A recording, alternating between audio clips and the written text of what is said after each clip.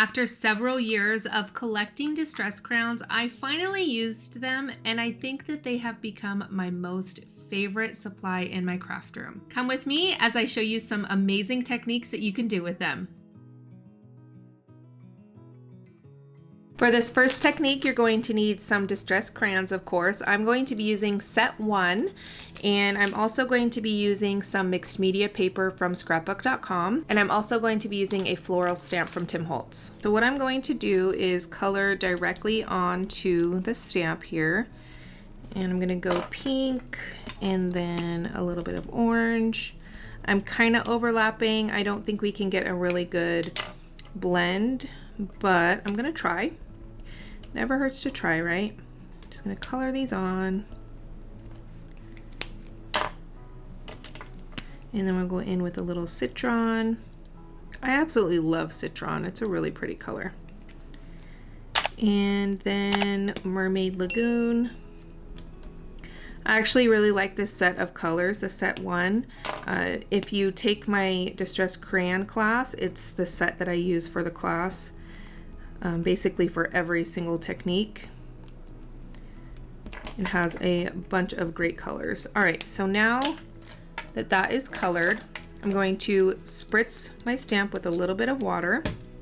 Okay. I'm gonna take my paper. This is dry, it's not prepped, it doesn't have anything on it, and we're just going to see what we get. Okay, and I'm gonna make a good impression, hopefully. Happy finger dance. Okay, beautiful, look at that. Absolutely beautiful. Super simple technique. We stamp with so many different mediums, and if you have these in your stash, you might as well use them, you know. But I want to try to get another impression, so I'm going to hit that with some more water. I want to try to get a little bit more of a watercolor look, so I'm going to spritz my paper with a little bit of water, and I spritzed my stamp with some water, and we're just going to place that and press down. All right, this is exactly what I was going for. Absolutely love it. I'm gonna kind of hit it so that it kind of, so I get some of those drippies. Maybe I can even spritz it with a little bit of water here and there. Absolutely beautiful. Since today's video is all about distress crayon techniques, I found it pretty fitting to let you all know about my upcoming class on June 29th. It's all about learning techniques with distress crayons through creative play. You will have ongoing access to the live replay and all the pre-recorded content. Now, I don't want to keep you too long, so if you want to learn more, click the link in the description box below. I hope to see you there. Now that the crayons are dry, I'm going to spray a little bit of this antique linen right over top. Okay, you got to trust the process. Okay, just a little bit. I didn't want it to be stark white. I want it to be more like vintagey. So we're gonna hit it with a little bit of water, and then we're just going to let this kind of do its thing. Okay. And you will notice that the more vibrant the stamping was with the crayon, the more resist you get. So the more watered down the crayon was, it's not going to resist as much. So keep that in mind when you're doing your stamping. All right, I am going to pick up a lot of that antique linen, just like that. And it resisted it beautifully. This is perfect. Now you get more of an antique look versus a more vibrant look. All right, I'm going to add some splatters to my background just to add a little more interest. So I have this mat here, and I'm just gonna splatter them on. If you want bigger splatters, you can use a bigger paintbrush. This is just a small watercolor brush. All right, I'm gonna take the orange, splatter, splatter. This will just give the background a little more interest. And then I'll go in with the Mermaid Lagoon down at the bottom. I'm not doing every color because I don't think that it needs it. But splatters are a great way to add texture to your backgrounds, and you can splatter with pretty much any medium you have. So just like that. So really, really fun. All right, for this next technique, we're going to do some smushing. So I have this mat here, and this is a non-stick mat, and I'm just going to place some color down. Same colors as we have been using, just to keep it simple. Go in. All right, and then a little Mermaid Lagoon, and then peacock feathers. All right, so now what we're going to do is hit this with some water.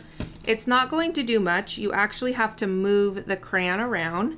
So what I'm going to do is take a brayer and then kind of smush that color around. I don't want to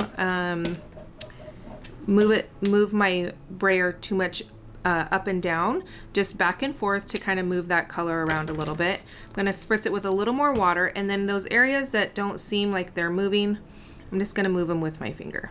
Okay, we just need some movement on the mat there. And then I'm going to take a piece of cardstock that's been prepped with collage medium. It's very important. Okay, and then we're just going to smush this down, and I'm going to wiggle it a little bit, slide it back and forth, not too much up and down because I don't want to create mud. I'm just wanting to get that color all around on that paper, and then we can swipe up, okay, just like that. And then if you need more color, you can go in with a little more water, and then what I like to do is just swipe it back the other way. Okay, then we need more movement here. We can add some water because there's collage medium on top. You will get a lot more movement than if you were just to smush on cardstock. Okay, and I want some more of that peacock feathers down there. If you get some pooling up, no worries. You can always just kind of take it off with a paper towel. I'm going to take the brayer and then just brayer out some of that crayon that's on there. Add some more water, and this is just regular cardstock. Okay, this is not prepped. I just want to get that color up. I don't want to waste any. Just like that. And you'll notice too, when I was doing my class, I did notice that when you work on top of collage medium, the colors are a lot more vibrant. Let's see if I can get, oh, that's cool. All right, so I'm taking the brayer and I am adding whatever color was left onto the paper that we just smushed. So that's really cool, actually. Get a whole different look. I'm gonna take some water and I'm just going to splatter it on there, and you can see that movement right away. I'm gonna kind of tip it back and forth, side to side, up and down. And then we're going to dry these. All right, so this is that background. It's all dry, and you will notice that I did do some more techniques to it. I'm saving those techniques for the class participants.